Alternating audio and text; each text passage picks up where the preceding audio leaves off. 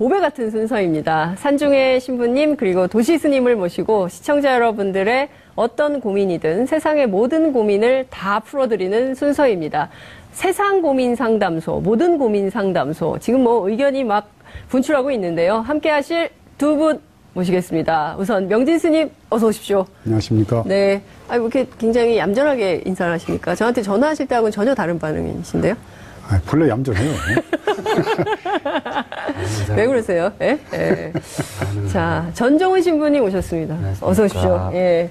신부님, 뭐, 40분 때문에 사흘을 쓰고 있다고. 글쎄 말이에요. 지금 아주 고민이에요. 예? 신부님이 고민이세요?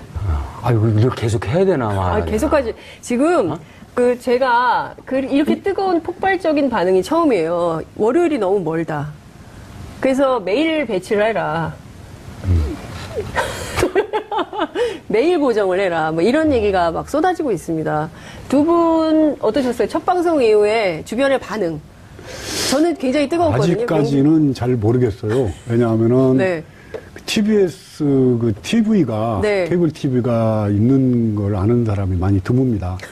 그래서 방송 출연하는 전 신부님이나 저는 네. 국보급 이런 인물인데 방송 자체가 너무 네. 사람들이 잘 몰라가지고 네.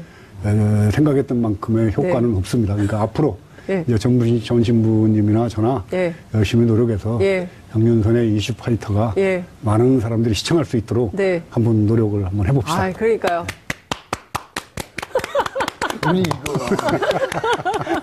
아니, 제가 하루 일과를 살짝 여쭈었더니, 아침을 김어준의 뉴스 공장으로 시작을 하신다고. 그리고 종일 공부를 하세요. 어제도 저한테 전화하셔가지고, 내가 이렇게까지 숙제를 해야 되느냐. 진짜 대단하다. 오늘도 준비를 엄청 해오셨어요. 막 써오시고. 글쎄, 열공. 예, 열공 명진. 사실은 오늘 책도 갖고 나오려고 그러다 말았는데 책도 가져오신다고. 네, 이명박 대통령의 비리나 부패나 잘못된 거에 대해서 책을 내서 네. 서희독경 네. 우이독경이 아니라 서희독경. 근데 소는 정말 말이 잘 듣죠. 네. 소같이 열심히 일하고 짐도 나르고 죽어선 고기, 뼈, 살, 하다못해 꼬리까지 삶아먹고 발가락까지 삶아먹잖아요. 근데 그런 소를 우리가 나쁜데 비유해서 안 되죠. 네. 인간 주변에서 제일 추접스럽고 나쁜 짐승은 물론 쥐도 뭐 큰 죄가 있겠습니까만은 네. 그래서 우이독경이란 말은 안 맞고 쥐 귀의 경일기라고 해서 서희독경이라고 책을 냈었어요. 네.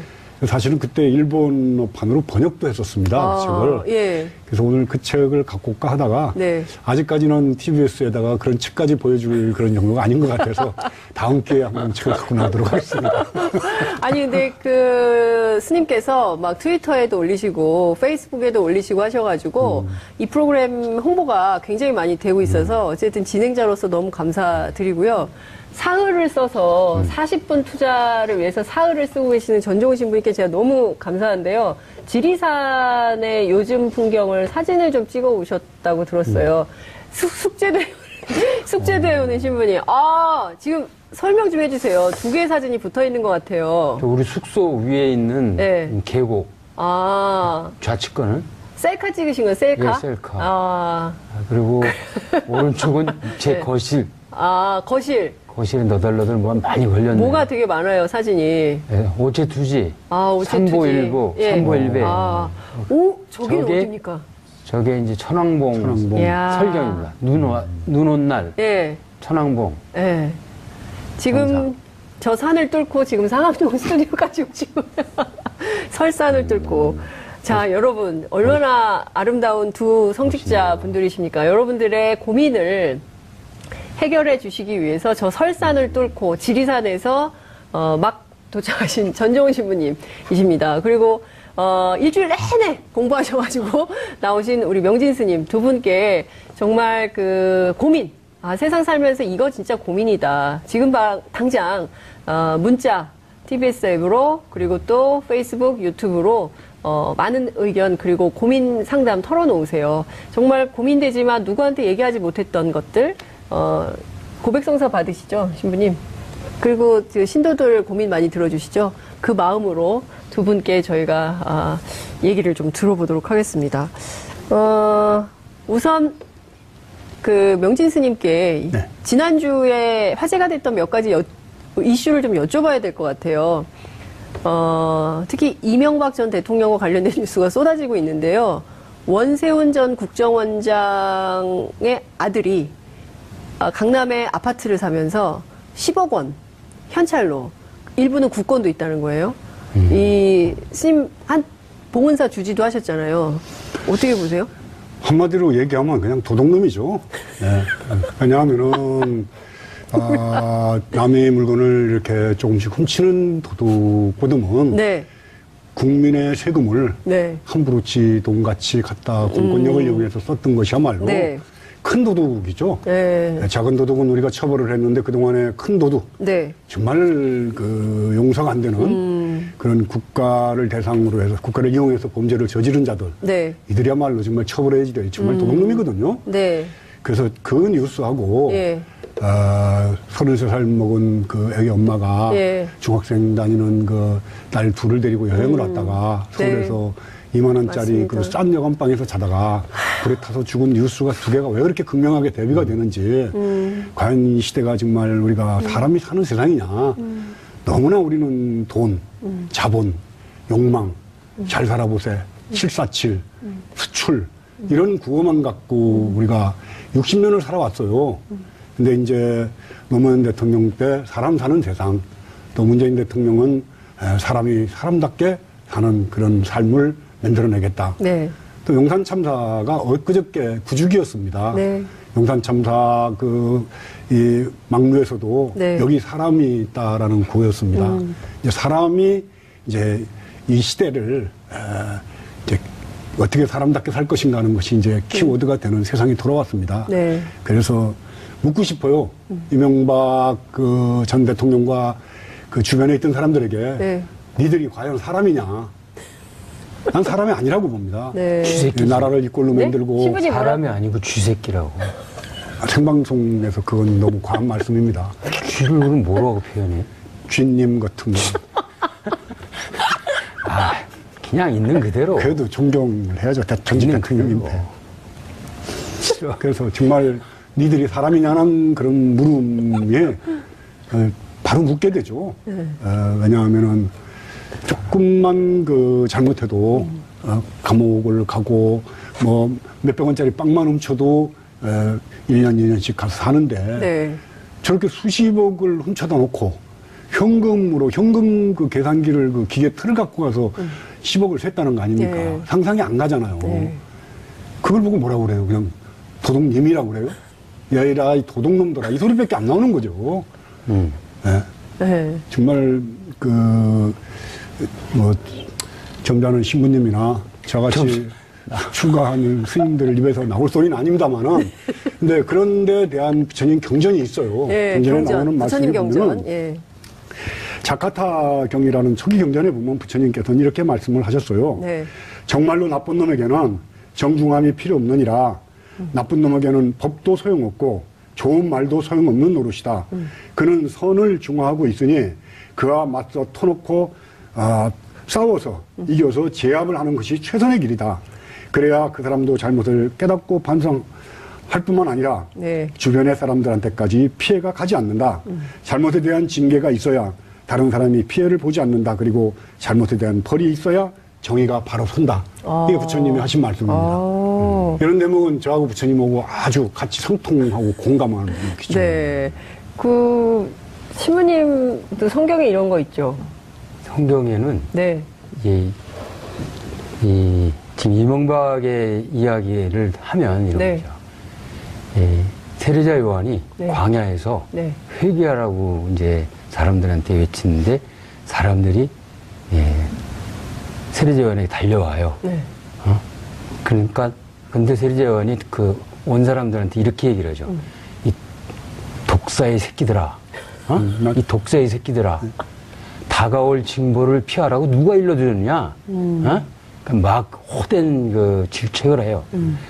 그런데 이제 이게 굉장히 우리 사회에 지금 스님이 말씀하셨던 정말 적폐를 청산해야 될 가장 중요한 이유가 여기도 생기는 거죠. 왜냐하면 이래. 근데 그렇게 욕을 얻어먹고 사람들이 요한한테 달려왔던 사람들이 가질 않고 네. 되묻습니다. 그러면 우리가 어떻게 해야 되겠습니까? 이렇게요. 근데 지금 우리는 이 질문이 없잖아요, 이 사람들이. 네. 그러니까 이 질문을 할 수 없다면 스님 말씀대로 이런 인간들이 아니지. 이미 자기들이 세상을 지배했다라고 생각하는 거예요. 그런데 네. 우리가 이런 얘기도 있어요. 권력을 가진 자가 네. 돈을 탐하면 망하고, 돈을 가진 자가 권력을 탐하면 죽는다 그래. 이명박 박근혜를 보면서 이제 이런 격언 같은 이야기가 네. 현실이 되면 사람 사는 세상이 되는 거예요. 우린 지금 이 과정에 있다. 아하. 이 과정에 있다. 이런 생각이 들죠. 네. 그래서 근데 이제 안타깝게도 네. 사람들이 아니어서 그런지 사람은 자기가 사람임을 드러낼 질문이 없는 거야. 질문이 없는 거야. 네. 이것이 안타까움이죠. 네. 말씀 주신 대로 정말 너무나 안타까운 생명이잖아요. 시골에 사는 엄마가, 젊은 엄마가 아이들 둘 데리고 방학이어서 제가 보기엔 서울 구경 온 것 같아요. 전국 이렇게 여행을 하던 중이었는데, 이게 도심의 한복판에 싼 여관에서 오늘 하루 자고 또 내일 우리 어디 가서 구경하자라고 했는데 이런 참사를 당한 거거든요. 이렇게 사는 사람들이 있는 반면 10억을 개수기를 가져와가지고 돈을 세면서 근데 이 돈이 국정원 특활비라는 의혹이 있는 거잖아요. 근데 국민의 세금인 거고 우리 세금인 거죠. 신변희 스님 세금 아직 안 내시나요? 내죠. 내시죠? 세금. 예. 종교인들 세금 내죠, 이제? 당연히 내야 된다고 생각하고 있고, 조계종에서는 뭐 세금 내는 것을 찬성을 하죠. 그러니까요. 그러니까 결국에는 신부님, 스님 제 돈을 갖다가 이렇게 함부로 쓴 거거든요. 그러니까 이거 국민들이 참을 수가 없는 이런 지경에 이르는 건데, 아까 문자가 하나 들어왔어요. 시작하자마자. 문자를 읽고 갈까요? 지금 문자 띄워주시면 저희가 문자를 읽고 갈게요. 네, 문자를 띄워주시면 저희가 한번 읽고 지나가도록 하고요. 네. 자, 문자가 들어오면 읽는데 제가 보기에는 아까 굉장히 반갑다. 스님이 화가 많이 나셨군요. 이런 문자가 좀 들어와 있고요. 화가 난 게 아니고요. 네.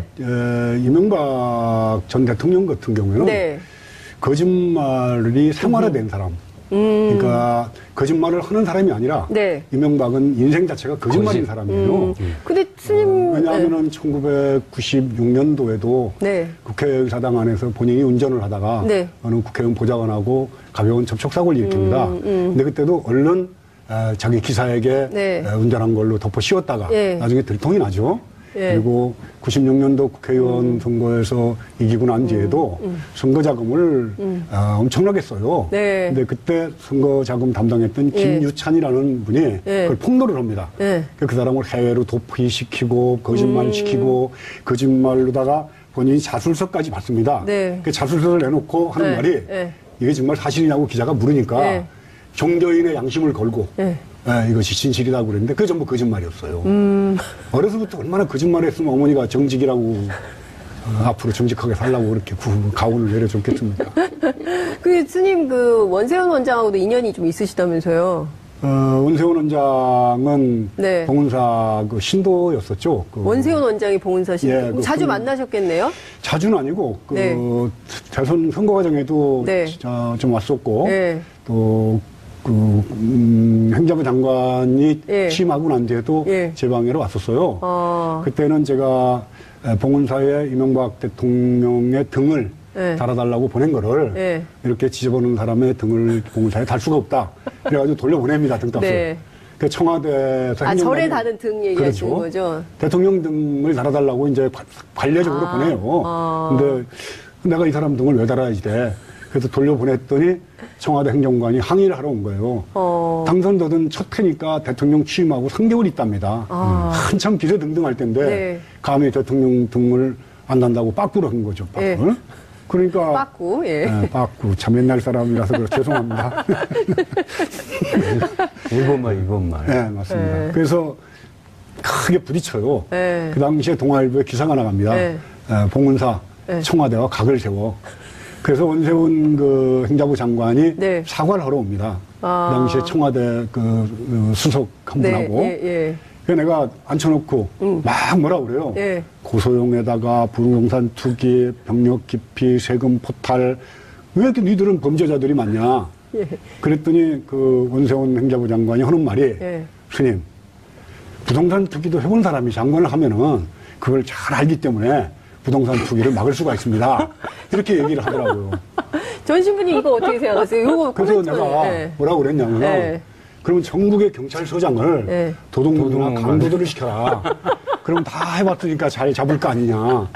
그렇게 무지몽매하고 무식하고 그리고 생각 자체가 천박한 사람들. 네. 이게 이명박 전 대통령 주변의 사람들인 거죠. 네. 그러니까 뭐 노무현 대통령 때 무슨 비리가 있는 양 네. 이렇게 슬슬 흘려가면서 네. 그 협박하는 거거든요. 우리도 얘기할 거리가 있다. 네. 난 아주 나쁜 놈들이라고 생각합니다. 왜냐하면 그 당시에 그런 비리가 있었으면 바로 드러내가지고 법적으로 처벌을 했어야지 되죠. 그렇죠. 왜 그걸 감춰놨다가 네. 지금 와서 있는데 우리도 자꾸 괴롭히면 그걸 깔까야. 그거는 조직폭력배도 어디도 아주 천박한 조직폭력배들이 네. 쓰는 협박 공갈에 속합니다. 예. 지금이라도 난 까라고 당당하게 주문을 하고 싶어요. 예. 그 영상 메시지 한번 띄우시죠, 스님. 네. 그 얘기를 지금 딱 지금 얘기했잖아요. 깔아. 네? 네. 정말 그렇게 노무현 대통령 때 비리가 있었더라면 네. 없는 그 시계도 네. 논두렁에 버렸다라고 거짓말하는 사람들이 그런 사실이 있는 거를 여지까지 감추고 어떻게 살았느냐 수위 맥혀서 정말 그런 얘기 한다면 당신들은 역사의 죄인으로 네. 더 양심의 정말 처벌을 받아야 될 죄악을 다시 저지르는 거라고 나는 경고를 하고 싶습니다. 네. 국민들이 용서 안 합니다, 이제. 네. 예. 그, 신부님 어떻게 보셨어요? 부동산 투기도 해본 사람이 잘하기 때문에 장관을 하면은 더 잘할 수 있다. 그러니까 이제 라고 얘기를 했다는 거거든요. 이 말이 예. 말이 아니잖아요. 말이 다 말이 아니잖아. 그들의 말은 말이 아닌 이유가 말은 책임과 네. 행동이 따라야 되는데 이 사람들에게는 그게 없어. 그냥 말이야. 네. 예? 그러니까 그 말은 네. 그냥 순간에 사라지고 마는 거죠. 예? 신뢰할 수 없고. 신뢰할 수가 없는 말이다. 음. 근데 그 어쨌든 지금 이명박 전 대통령과 관련된 범죄 의혹이 계속 그 수면 위로 올라오고 있기 때문에 그 문제는 아무리 이제 산속에 계시고 또 이제 수도하시지만 계속 살펴보면서 좀 짚을 거 짚어주시고 하셔야 될 것 같아요. 근데 저희가 이제 이게 이 코너의 주제가 모든 고민, 세상 고민 상담소인데 지금 고민이 하나도 안 들어오고 있어요. 스님 신부님에 대한 응원 메시지만 많이 들어오고 실제로 고민을 하고 있거나 질문, 또 두 분께 질문하시고 싶으신 거 있으시면 바로바로 쏴주시면 좋겠습니다. 이게요, 그 홈쇼핑만 바로바로 주문하는 게 아니고 지금도 바로바로 주문하시면 저희들이 받아서 두 분께 여쭙겠습니다. 샵 5400, 100원의 정보 이용료가 들어가고요. 그리고 TBS 앱, 그리고 뭡니까? 페이스북, 그리고 유튜브 통해서도 질문 주시면 저희가 바로바로 소개해 드리겠습니다. 혹시 없으면 저희 그 제작진이 준비한 질문 한번 뽑아서 해보실까요? 저희가 이런 것도 준비를 했어요. 예. 이런 거 오르셨죠? 이거 하나씩 뽑으셔야 돼요. 이 준비 많이 했으면 저희 작가들이. 자, 하나 뽑으시고요. 네, 신부님도 하나 뽑으세요. 네, 뽑으시고, 지금 읽어주세요. 우선. 제가 읽을까요? 스님 제가 읽겠습니다. 휴대전화 끝번호 9555번이 보내주신 건데요. 아내가 아이들을 위해서 제가 싫어하는 보수신문에서 발행하는 어린이 신문을 구독합니다. 매일 출근하면서 눈에 보이면 제가 들고 가서 버린다는 거죠. 어린이 신문을 발행하는 곳이 없다면서 아내는 구독을 끊으라는 제 말을 듣지 않습니다. 어떻게 하면 좋을까요? 어린이 신문 구독. 보수신문, 자기가 싫어하는 보수신문을 발행하는 어린이신문을 아내가 구독을 하는 거예요. 아마 이 논술 때문에 부인께서 어린이신문 구독을 하는 것 같은데. 아이를 안 키워봐가지고 그 대목에 대해서는 참 대담하기가 좀 힘이 든대요. 어린이신문이라는 게 그전에는 있었는데 지금도 어린이신문이 나오는가도 그렇죠. 싶고. 보수 언론에서 어린이신문 나오거든요. 아직도 나오는구나. 네, 그래서 이 논술, 애를 안 키워봐가지고 모르겠. 네. 신부님은 이런 경우 어떻게 해야 된다고 보세요? 네? 신부님도 애를 안 키워봐서 잘 모르겠어요? 질문이 너무 어려운 거야, 지금 이 고민을. 그쵸, 신부님? 아, 우리하고 네. 이렇게 연관성이 별로 없는 질문 같아요. 네. 또 하나 제가, 전종훈 신부님 뽑으신 거 또 하나 읽어보겠습니다. 휴대전화 끝번호 2697번. 휴대전화 끝번호 2697번입니다. 헬조선, N포 세대 청년들의 고민이 깊습니다. 저부터도 한국에 살기가 싫어요. 사회가 청년들을 위해 어떤 노력을 해야 될까요? 이 질문은 좀 괜찮을 것 같아요. 그죠? 명진 스님부터 하실까요? 신부님 신부님부터 하실까요? 어려운 건 서로 미루시는 거죠, 지금? 아니, 네? 그래도. 지금 형님 먼저, 아우 먼저 하시는 사실은 것 뭐 같아요. 청년 실업의 문제는 어제 오늘의 문제는 네. 아니라고 생각을 하고 네. 그거는 뭐 또 어느 누군가가 책임져야 될 문제가 아니라 국가가 국민이 또 이 땅에 땅을 짓고 살아가는 많은 사람들이 청년 실업에 대해서는 깊은 고민을 해야지 되고 네. 있고 아마 문재인 정권 하에서도 아마 머리 싸매고 고민하고 있을 거라고 생각합니다. 네. 근데 청년 실업뿐만의 문제가 아니라 대한민국의 경제 구조 자체가 사실은 이런 실업자를 양산할 수밖에 없도록 이렇게 구조가 돼 있다는 거. 네. 그리고 앞으로 점점 더 자동화되고 또 지금 뭐 보면은 고속버스 이렇게 인터체인지에도 보면은 네. 자꾸 자동화가 되고 있지 않습니까? 맞아요. 뭐 티켓 끊는 데라든가 이런 데도 전부 자동화되면서 그럼 그 실업은 어떻게 할 것인가? 그렇죠. 여기에 이제 국가의 고민이 있다라고 생각합니다. 네. 그래서 생산 수단은 전부 이제 컴퓨터나 네. 인터넷으로 자동화. 자동화돼가고 네. 있고 그러면 실업자는 자꾸 늘어날 거 아닙니까? 네. 그것이 이제 청년 실업으로 다 가는 거죠. 기존에 직장을 갖고 있던 노동에 종사했던 분들은 갖고 있으니까 그렇지만 새롭게 대학을 졸업한 청년들이 갈 자리가 없어지는 겁니다. 네. 이 문제에 대한 고민은 단순하게 종교적인 어떤 뭐 아니면 이 자리에서 대답할 네. 문제가 아니고 네. 국가가 앞으로 한국 경제 구조 자체를 어떻게 만들어 나갈 것인가에 네. 대한 근본적인 대책을 갖고 준비를 해야 된다고 보거든요.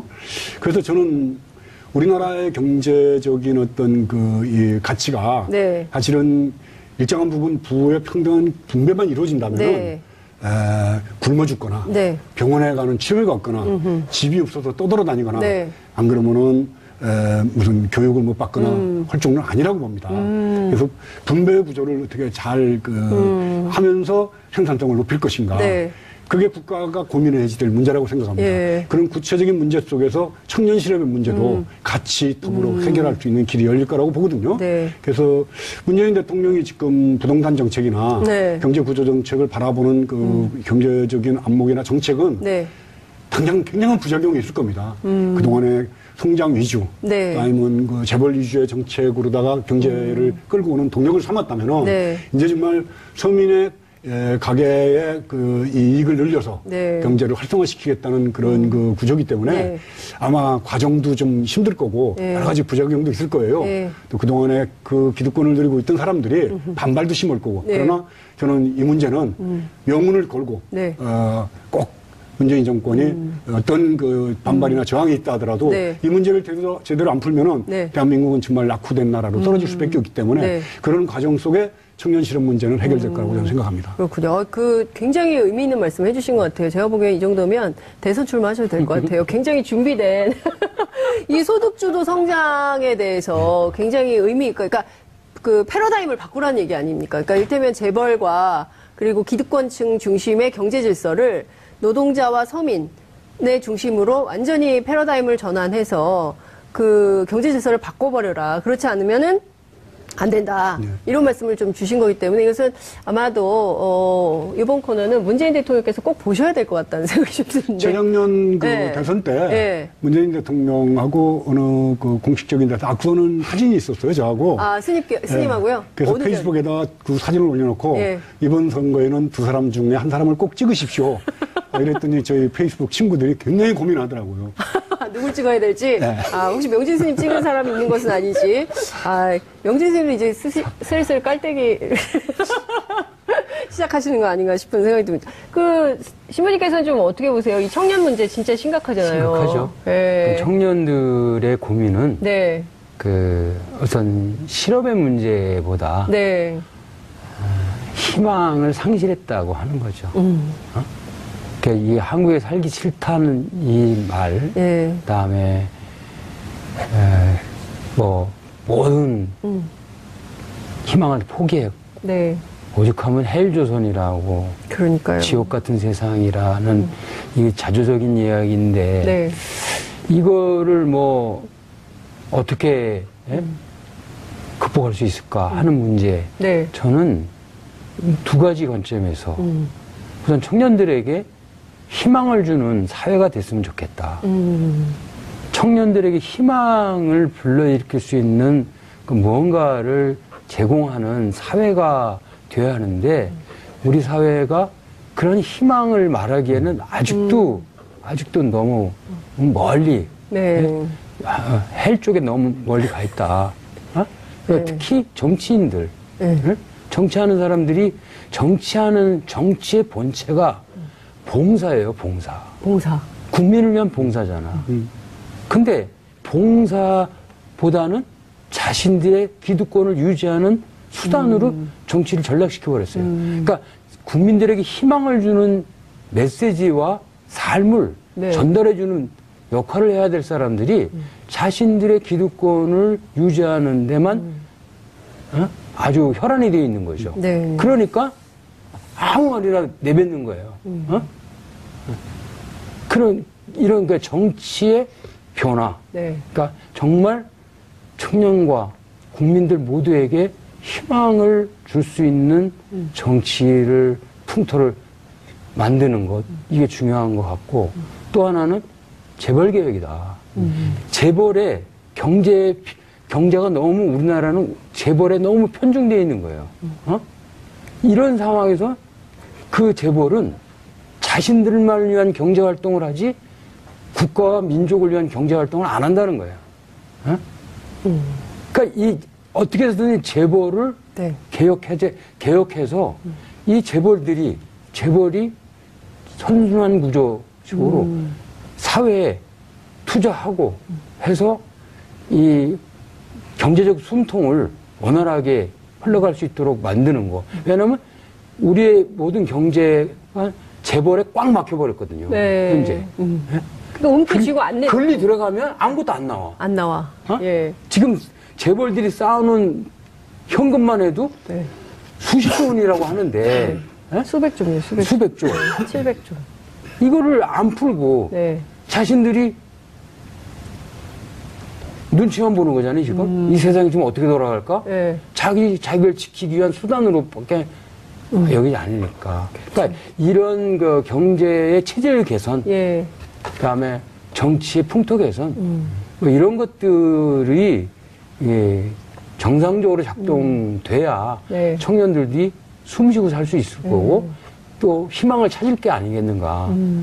그러니까 어려서부터 희망은 저리 두고 네. 그야말로 그냥 사는 돈 버는 수단으로 아이들의 교육을 네. 몰아버렸으니까 맞아요. 이렇게 심각한 상태까지 오지 않았는가. 네. 그러니까 우리가 어떻게 살 것인가 때문에 저희가 두 분 스님, 신부님 모시고 말씀을 좀 듣는 거거든요. 그러니까 이게 지금 너무 돈 버는데 급급해서 교육도 전부 돈 버는데 전부 돈을 어떻게 하면 벌까 이거에만 맞춰져 있거든요. 그러니까 이거를 어떻게 살 것인가를 좀 바꿔야 되는데 이 순간 문자가 들어왔습니다. 하느님과 부처님은 사랑과 자비의 말씀을 하셨는데 세상은 그렇게 흐르지 않는 것 같은데 두 분께서는 왜 그렇다고 생각하시는지요? 이게 질문이 좀 어렵습니다. 사랑과 자비, 하느님과 부처님 말씀하셨는데 세상은 절대 그렇지 않다는 거예요. 사랑과 자비가 아니라 절대 반대의 방향으로. 사랑과 자비는 네. 우선 관계의 문제예요, 관계. 네. 예. 인간의 관계. 예. 관계성을. 근데 그렇게 흐르지 않는 이유는 네. 관계가 아닌 자본, 예, 돈의 모든 것들을 다 뺏기고 있는 거죠. 아, 어? 그렇군요. 사람이 사람을 빼앗기면 아무것도 남는 게 없는 거예요. 근데 지금 사람은 안중에 없어. 오로지 돈, 예? 돈의 흐름에만 사람이 쫓아가고 있는 거잖아요. 그러니까 그 돈이 하나님이고 네. 돈이 부처님이 돼버린 세상. 그러니까 자본주의라는 것 자체가 네. 돈이 중심, 근본이 되는 세상이잖아요. 네. 사실 이것이 인본주의로 바뀌어져야 되거든요. 자본주의가 인본주의로. 그렇지. 사람이 네. 근본이 되는 세상. 네. 그러면 사람이 중심이 네. 되고 사람을 위해서 무엇을 할 것인가가 되어지는데 사실은 저 신자유주의라는 말이 들을 때도 제일 싫었던 게 신자유주의라는 게 자본이 수단과 방법을 안 가리고 네. 자유를 누리면서 자본을 불려나갈 수 있는 자유를 준 것을 신자유주의라고 본다. 네. 그래서 그것이 극단적인 그 선택까지 와가지고 네. 이제 정말 우리가 인간이 그럼 뭔 거야? 네. 우리 어떻게 살아야지 돼? 정말 이렇게 돈의 노예가 돼서 네. 어렸을 때부터 지금 학원을 초등학교 애들부터 학원을 다니죠. 보내잖아요. 예, 맞습니다. 경쟁에서 지기 싫어가지고 네. 어렸을 때부터 경쟁에서 이겨서 짓밟고 일어서야지만이 그 사회에서 그나마 그래도 동수저나 네. 은수저가 될 수 있는 세상. 네. 금수저는 안 되는 거예요. 어차피. 금수저는 어차피 재벌의 아들은 재벌 네. 뭐 이런 식이 되기 때문에 그러면은 동수저나 은수저나 흑수저를 면하려면은 네. 엄청난 경쟁을 해야지 돼요. 네. 그렇게 만들도록 사회구조를 만들어 놓은 기득권, 네. 소위 한국 사회에서 보수라고 불리워지는 그런 사람들. 네. 이런 정책이 이제 바뀌는 그런 그 첫 번째가 난 문재인 정권이 시도라고 보는데 네. 그래서 굉장히 가는 길도 어려울고 힘들 거라고 봅니다. 그래서 저는 많은 국민들이 네. 지지도 해줘야지 되고 송원도 해줘야지 되고 네. 저는 문재인 대통령이 잘못하면 제일 먼저 가혹하게 비판할 사람입니다. 아, 그러나 교수님께서. 예. 일정한 부분까지는 네. 국민이 힘을 모아줘가지고 네. 지금 가지고 있는 정책들이 구현될 수 있도록 네. 힘을 실어줘야지 된다고 보는 예. 거죠. 신부님도 같은 생각이세요? 거의 비슷하죠. 왜냐하면 지금은 네. 일단은 이 정부의 방향은 네. 올바르다. 방향은 올바른데 이제 그 방향의 방향성은 제대로 잡고 어떤 정책을 네. 해나가는데 예. 그게 이제 네. 구체적으로 어떻게 네. 그 정책 실현이 네. 되느냐 하는 건 좀 시간을 좀 두고 알겠습니다. 봐야 되니까. 근데 지금 문재인 정부가 제일 공들이는 역점일이 몇 가지가 있긴 합니다만 최근 들어서는 당장 목전에 닥친 일이 2월 9일 날 평창올림픽을 성공적으로 잘 하고 이후에 이제 관계, 그러니까 남북 관계 문제를 좀 풀어야 되는데 오늘 아침에도 나온 뉴스지만 지금 그 조원진 의원 등이 중심이 돼가지고 대한애국당 그래서 이제 서울역에서 인공기 뭐 불태우고 화형식 있고 막 그랬어요. 그리고 평창올림픽이 아니라 평양올림픽이다. 뭐 이런 얘기가 지금 나오고 있거든요. 이제 앞서 표창원 의원하고도 저희가 그런 얘기를 했습니다만 이 남북 관계 굉장히 중요하고 명진 스님 북한도 여러 차례 다녀오셨죠. 네, 뭐 한 15회 정도? 15회. 예, 예. 아, 언제 마지막으로 다녀오셨어요? 북한 사람이 2002년? 전종훈 신부님이 명진 스님 뭐 북한 사람이네 막 15번이나 15번이나. 그러니까 노무현 대통령 네. 그때까지는 네. 남북관계에 네. 무슨 그 조선불교도 연맹과의 아. 불교관계 협력 속에서도 오고 갔고 네. 윤희상 그 평화재단 이름으로도 좀 다녀왔었고 예. 그래서 여러 방면으로 왔다 갔다 하는 바람에 네. 많은 북쪽의 분들을 만날 수가 있었죠. 그래서 지금 남북관계도 저는 다른 분들하고 조금 달리 보는 경향이 있습니다. 네. 북한의 핵 문제도 역시 마찬가지거든요. 네. 그 북이 핵을 가지고 있다는 거는 과연 저게 어디다 쏠라고 그럴까? 네. 미국에다가, 일본에다, 남쪽에다가 쏠려고 핵을 갖고 있을까? 네. 뭐 이런 문제부터 좀 질문을 시작해야지 된다고 봅니다. 예. 정말 쏠까? 정말 쏠까? 예. 북이 만약에 사거리가 뭐 미국의 동부까지 가는 네. 장거리 그 미사일을 갖고 있다 하더라도 네. 북이 만약에 그걸 사용했을 경우에 네. 북쪽은 어떻게 될까요? 뒷감당할 수 있을까요? 거의 쑥대밭이 된다고 봅니다. 그러면 다 죽는. 북이 갖고 있는 핵은 네. 나 건드리지 마라. 그러니까 나는 살고 너는 죽겠다고 쏘는 게 아니라 네. 만약에 북이 핵을 사용한다면 그래 그럼 너 죽고 나 죽자라고 쏠 거라고 보는 거죠. 너 죽고 나 죽자. 그건 뭐냐 하면은 말벌이 예. 독침을 갖고 있잖아요. 예. 근데 말벌이 사람들이 근처 가면 쏩니다. 예. 쏘면 말벌 죽어요. 침을 쏘면 벌은 죽게 돼 있습니다. 그러니까 북의 핵도 말벌의 독침과 같아서 네. 쏘면 죽는다. 네. 근데 그걸 쏘겠냐는 거예요. 그러니까 미국에다 끝없이 네. 신호를 보내는 겁니다. 네. 우리 건드리지 말고 평양협정 맺고 정전협정을 그리고 외교관계 트고 네. 우리 너무 압박하지 말아라. 네. 나도 살고 싶다. 이런 메시지를 전달하는 거라고 보는 거죠. 아, 예. 네, 그래서 북에 대한 핵 문제도 아마 핵을 포기하진 않을 겁니다. 아. 다만 북이 핵을 소형화시켜서 네. 팔레스타인 중동의 어떤 그런 뭐 테러 단체 쪽으로 네. 흘러가는 거. 예. 그래서 그것이 이스라엘을 공격하거나 미국을 공격하는 거를 막기 네. 위해서 예. 소형화되거나 핵무기가 간소화돼서 네. 해외로 빠져나가는 걸 막는 선에서 네. 자유권 정도를 주면서 핵 동결시키고 야, 남북 관계를 푸는 게 지금 명진 스님 완전히 전문가세요. 남북관계 핵 전문가 이 공부만 해오신 줄 알았더니 아니, 진짜 그렇진 않아요. 그냥 상식적인 거죠. 상식적인 거예요? 네. 아, 스님, 시모님 어떻게 보세요? 그 스님이라고 사람들이 다 스님이라고. 스님인 줄 알아? 네. 이 부분은 네. 우리가 한반도에서 제일 중요한 가치가 뭘까? 평화예요, 평화. 평화. 평화보다 더 큰 가치가 있어요. 남북 관계는 평화를 어떻게 유지하느냐는 선에서 우리가 생각해야 돼요. 지금 평창 올림픽도 평화잖아요. 만약에 북한이 참석 안 한다. 네. 했으면 이 평창 올림픽 거의 성공할 가능성이 없었죠. 그래도 어쨌든 북한이 참여함으로써 올림픽의 정신을 한반도에서 그대로 구현할 수 있는 계기가 됐는데 네. 이거를 가지고 딴지를 건다? 해코지한다? 그 사람들은 대한민국 사람 아니라고 해요. 한국에 살 자격이 없어. 어? 평화에 자유한국당이 다 그러는데요, 지금. 그러니까 다 물에 빠져 죽든지 뭐 어떻게 해야지. 네. 예? 그렇잖아요? 네. 우리가 자유한국당 이 문제가 차라리 오지 않았으면 좋겠다 이런 논평도 나왔어요. 아니, 역사가 흐르고 난 다음에 네. 한 500년 흐르고 난 다음에 네. 남북 관계를 바라봤을 네. 때 고구려 신라 백제가 네. 영토를 갖고 막 죽자 살자 네. 싸웠지 않습니까? 그러면은 북한은 중국과 러시아를 배경으로 한국은 일본과 미국을 배경으로 네. 우리 민족끼리 피 터지게 싸웠는데 이제는 우리는 통일이 됐다. 한 500년 후에 네. 역사의 기술은 그렇게 될 겁니다. 지금같이 뭐 공산주의냐 자본주의냐 뭐 죽여라 살려라가 아니라 네, 네. 우리 민족끼리 두 강대국들을 끼고 머리가 터지게 싸우면서 그러니까 굉장히 이게 대화가 완전히 뜻입니다. 반통일 세력들이 반세기를 이 땅을 지배를 했잖아요. 그게 보수주의라고 그러면 보수주의가 아니다.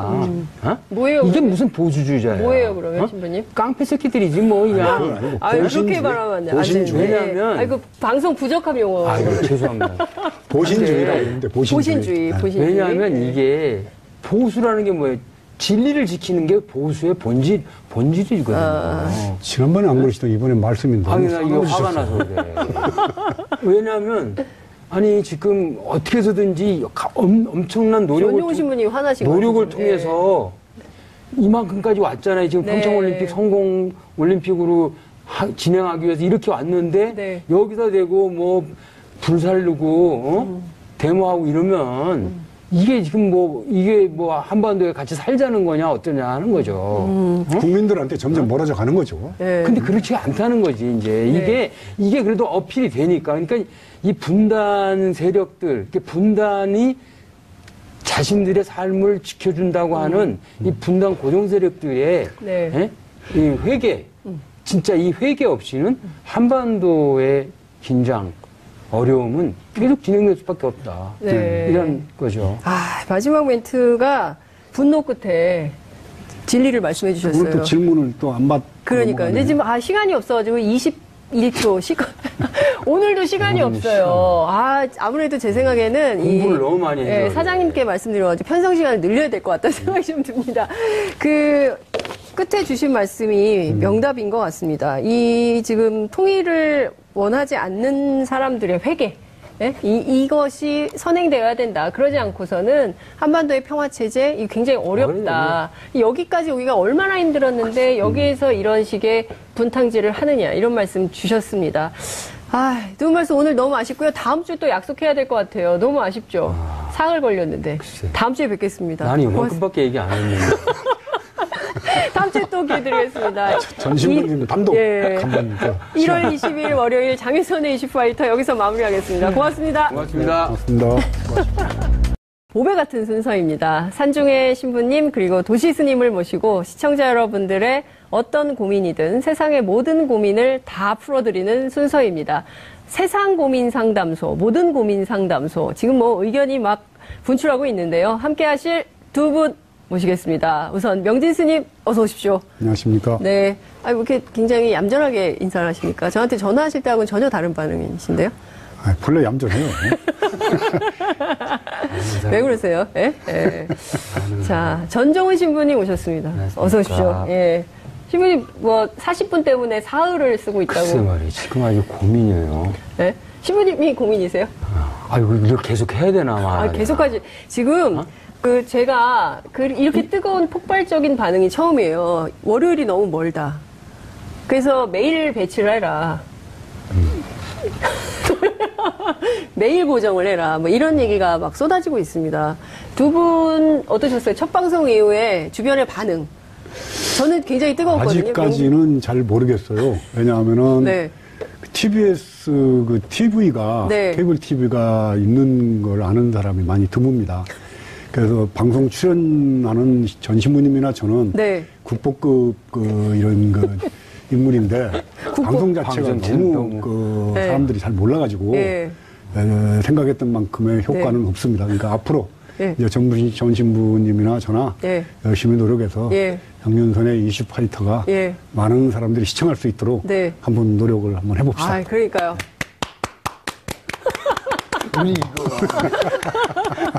아니, 제가 하루 일과를 살짝 여쭈었더니, 아침을 김어준의 뉴스 공장으로 시작을 하신다고. 그리고 종일 공부를 하세요. 어제도 저한테 전화하셔가지고, 내가 이렇게까지 숙제를 해야 되느냐. 진짜 대단하다. 오늘도 준비를 엄청 열공. 해오셨어요. 막 써오시고. 글쎄, 열공. 예, 열공. 열공 명진. 사실은 오늘 책도 갖고 나오려고 그러다 말았는데 책도 가져오신다고. 네, 네. 이명박 대통령의 비리나 부패나 잘못된 거에 대해서 책을 내서 네. 서희독경 네.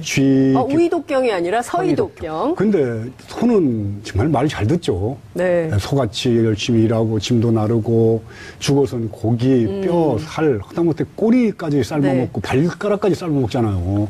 근데 그런 소를 우리가 나쁜 데 비유해서 안 되죠. 네. 인간 주변에서 제일 추접스럽고 나쁜 짐승은 물론 쥐도 뭐 큰 죄가 있겠습니까마는 네. 그래서 우이독경이란 말은 안 맞고 쥐 귀의 경밀기라고 해서 서희독경이라고 책을 냈었어요. 네. 사실은 그때 일본어판으로 번역도 했었습니다. 책을. 예. 그래서 오늘 그 책을 갖고 올까 하다가 네. 아직까지는 TBS에다가 그런 책까지 보여줄 그런 정도가 아닌 것 같아서 다음 기회에 한번 책을 갖고 나오도록 하겠습니다. 아니 근데 스님께서 막 트위터에도 올리시고 페이스북에도 올리시고 하셔가지고 이 프로그램 홍보가 굉장히 많이 되고 있어서 어쨌든 진행자로서 너무 감사드리고요. 사흘을 써서 40분 투자를 위해서 사흘을 쓰고 계시는 전종훈 신부님께 제가 너무 감사한데요. 지리산의 요즘 풍경을 사진을 좀 찍어 오셨다고 들었어요. 숙제도 해오는 신부님. 지금 설명 좀 해주세요. 두 개의 사진이 붙어 있는 것 같아요. 우리 숙소 위에 있는 네. 계곡. 좌측 거는? 셀카 찍으신 거예요? 셀카? 예, 셀카. 그리고 오른쪽은 제 네. 거실. 거실. 거실에 너덜너덜 뭐가 많이 걸렸네. 뭐가 되게 많아요, 사진이. 네, 오체투지. 오체투지. 삼보일보. 예. 삼보일배. 저기는 저게 어딥니까? 저게 이제 천왕봉 이야. 설경입니다. 눈 온 날. 예. 천왕봉. 예. 지금 정상. 저 산을 뚫고 지금 상암동 스튜디오까지 오시고 설산을 뚫고 자 여러분 얼마나 아름다운 두 성직자 분들이십니까? 여러분들의 고민을 해결해 주시기 위해서 저 설산을 뚫고 지리산에서 막 도착하신 전종훈 신부님이십니다. 그리고 일주일 내내 공부하셔가지고 나오신 우리 명진 스님 두 분께 정말 고민 세상 살면서 이거 진짜 고민이다. 지금 당장 문자 TBS 앱으로 그리고 또 페이스북, 유튜브로 많은 의견 그리고 고민 상담 털어놓으세요. 정말 고민되지만 누구한테 얘기하지 못했던 것들 고백성사 받으시죠, 신부님? 그리고 그 신도들 고민 많이 들어주시죠? 그 마음으로 두 분께 저희가 얘기를 좀 들어보도록 하겠습니다. 우선 그 명진 스님께 네. 지난주에 화제가 됐던 몇 가지 이슈를 좀 여쭤봐야 될 것 같아요. 특히 이명박 전 대통령과 관련된 뉴스가 쏟아지고 있는데요. 원세훈 전 국정원장의 아들이 강남에 아파트를 사면서 10억 원 현찰로, 일부는 국권도 있다는 거예요. 이 스님 봉은사 주지도 하셨잖아요. 어떻게 보세요? 한마디로 얘기하면 그냥 도둑놈이죠. 네. 왜냐하면은 남의 물건을 이렇게 조금씩 훔치는 도둑보다는 네. 국민의 세금을 네. 함부로 지 돈같이 갖다 공권력을 이용해서 썼던 것이야말로 네. 큰 도둑이죠. 네. 작은 도둑은 우리가 처벌을 했는데 그동안에 큰 도둑, 네. 정말 그 용서가 안 되는 그런 국가를 대상으로 해서 국가를 이용해서 범죄를 저지른 자들, 네. 이들이야말로 정말 처벌해야지 돼. 정말 도둑놈이거든요. 네. 그래서 그 뉴스하고 예. 33살 먹은 그 애기 엄마가 예. 중학생 다니는 그 딸 둘을 데리고 여행을 왔다가 서울에서 2만 원짜리 맞습니다. 그 싼 여관방에서 자다가 불에 타서 죽은 뉴스가 두 개가 왜 그렇게 극명하게 대비가 되는지 과연 이 시대가 정말 우리가 사람이 사는 세상이냐. 너무나 우리는 돈, 자본, 욕망, 잘 살아보세, 747, 수출 이런 구호만 갖고 우리가 60년을 살아왔어요. 근데 이제 노무현 대통령 때 사람 사는 세상, 또 문재인 대통령은 사람이 사람답게 사는 그런 삶을 만들어내겠다. 네. 또 용산 참사가 엊그저께 9주기였습니다. 네. 용산 참사 이 막루에서도 네. 여기 사람이 있다라는 구호였습니다. 이제 사람이 이제 그러니까 이 질문을 할 수 없다면 스님 말씀대로 얘는 인간들이 아니지.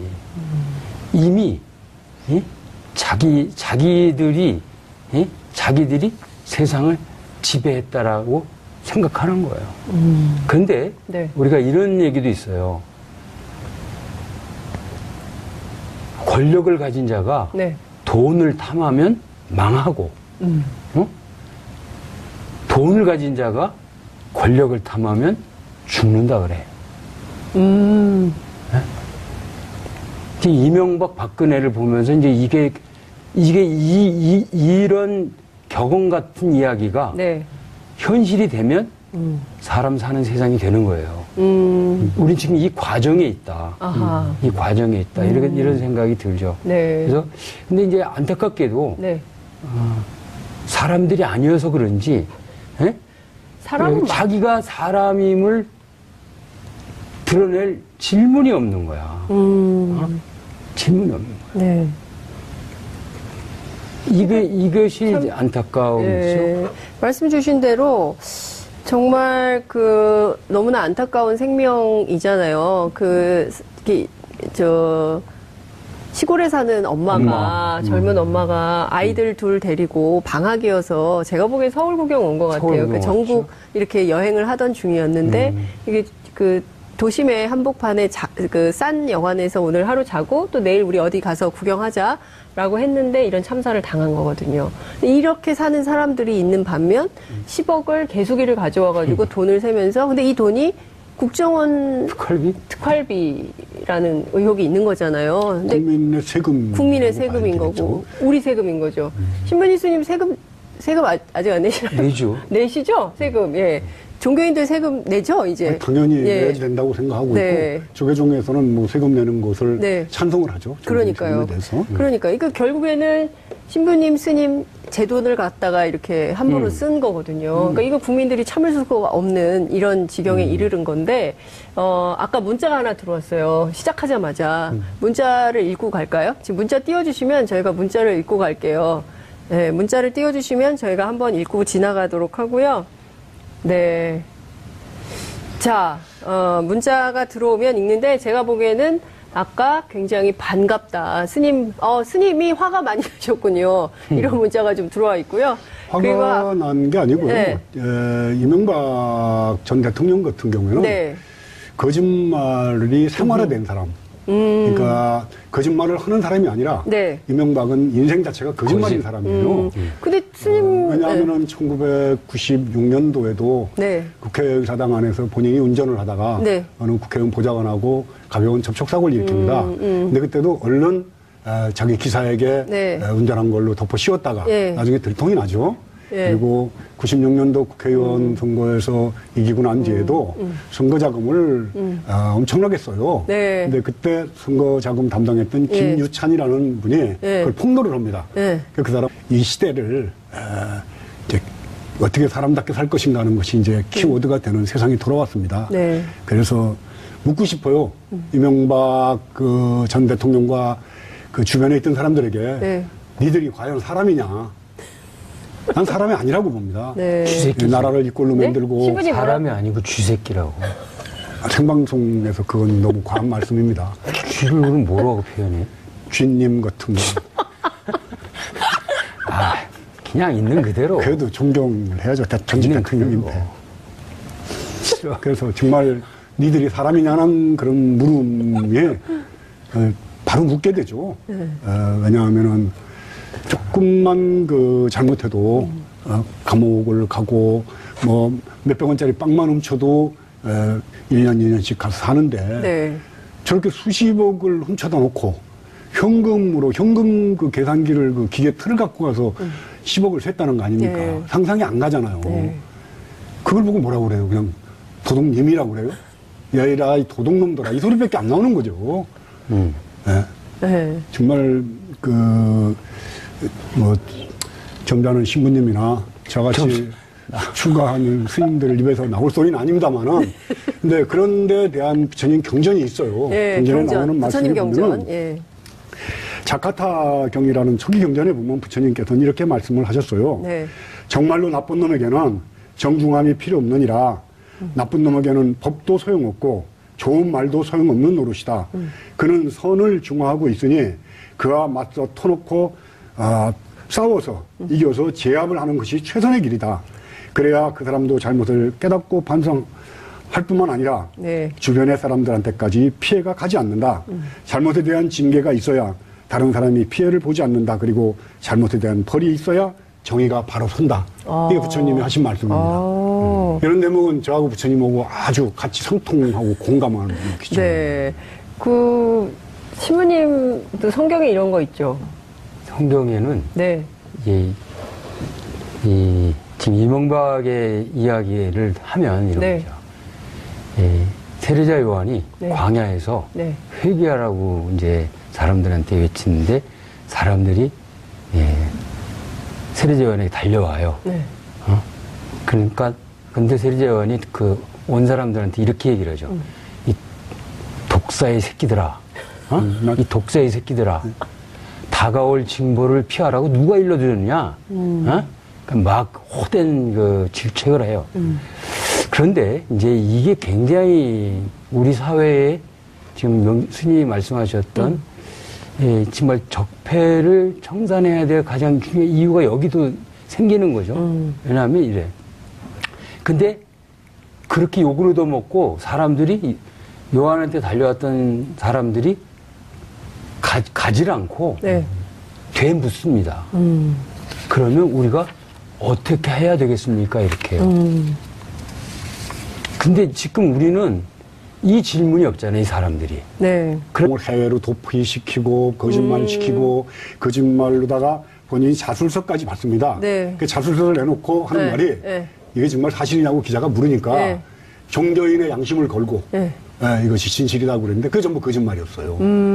어려서부터 얼마나 거짓말했으면 어머니가 정직이라고 앞으로 정직하게 살라고 그렇게 가훈을 내려줬겠습니까? 그 스님 그 원세훈 원장하고도 인연이 좀 있으시다면서요. 원세훈 원장은 네. 봉은사 그 신도였었죠. 원세훈 원장이 봉은사 씨. 예, 자주 만나셨겠네요? 자주는 아니고 네. 대선 선거 과정에도 네. 좀 왔었고 네. 또 행자부 장관이 예. 취임하고 난 뒤에도 예. 제 방에로 왔었어요. 그때는 제가 봉은사에 이명박 대통령의 등을 예. 달아달라고 보낸 거를 이렇게 지져보는 사람의 등을 봉은사에 달 수가 없다. 그래가지고 돌려보냅니다, 등값을. 네. 그 청와대에서 절에 다는 등 얘기하시는 그렇죠. 거죠? 대통령 등을 달아달라고 이제 관례적으로 보내요. 근데 내가 이 사람 등을 왜 달아야지 돼. 그래서 돌려보냈더니 청와대 행정관이 항의를 하러 온 거예요. 당선되던 첫 해니까 대통령 취임하고 3개월 있답니다. 한참 기세등등할 텐데 네. 감히 대통령 등을 안 단다고 빠꾸를 한 거죠. 빠꾸를. 네. 그러니까 빠꾸, 예. 네, 빠꾸. 참 옛날 사람이라서 그래 죄송합니다. 일본말. 네, 맞습니다. 네. 그래서 크게 부딪혀요. 네. 그 당시에 동아일보에 기사가 나갑니다. 네. 봉은사 네. 청와대와 각을 세워. 그래서 원세훈 그 행자부 장관이 네. 사과를 하러 옵니다. 그 당시에 청와대 그 수석 한 네, 분하고. 예. 그래서 내가 앉혀놓고 막 뭐라 그래요. 예. 고소용에다가 부동산 투기, 병력 기피, 세금 포탈. 왜 이렇게 니들은 범죄자들이 많냐. 예. 그랬더니 그 원세훈 행자부 장관이 하는 말이 예. 스님, 부동산 투기도 해본 사람이 장관을 하면은 그걸 잘 알기 때문에 부동산 투기를 막을 수가 있습니다. 이렇게 얘기를 하더라고요. 전 신부님 이거 어떻게 생각하세요? 이거 그래서 코멘트. 내가 예. 뭐라고 그랬냐면 네. 그러면 전국의 경찰서장을 네. 도둑놈이나 강도들을 시켜라. 그럼 다 해봤으니까 잘 잡을 거 아니냐. 그렇게 무지몽매하고 무식하고 그리고 생각 자체가 천박한 사람들. 네. 이게 이명박 전 대통령 주변의 사람들인 거죠. 네. 그러니까 뭐 노무현 대통령 때 무슨 비리가 있는 양 네. 이렇게 슬슬 흘려가면서 네. 또 협박하는 거거든요. 우리도 얘기할 거리가 있다. 네. 난 아주 나쁜 놈들이라고 생각합니다. 왜냐하면 그 당시에 그런 비리가 있었으면 바로 드러내가지고 법적으로 처벌을 했어야지 되죠. 그렇죠. 왜 그걸 감춰놨다가 예. 지금 와서 있는데 우리도 자꾸 괴롭히면 그걸 깔까야. 그거는 조직폭력배도 어디도 아주 천박한 조직폭력배들이 예. 쓰는 협박 공갈에 속합니다. 예. 지금이라도 난 까라고 당당하게 주문을 하고 싶어요. 예. 그 영상 메시지 한번 띄우시죠, 스님. 네. 그 얘기를 지금 딱 지금 얘기했잖아요. 깔아. 네? 네. 정말 그렇게 노무현 대통령 때 비리가 있었더라면 네. 없는 그 시계도 네. 논두렁에 버렸다라고 거짓말하는 사람들이 그런 사실이 있는 거를 여지까지 감추고 어떻게 살았느냐 숨이 막혀서 정말 그런 얘기 한다면 당신들은 역사의 죄인으로 네. 더 양심의 정말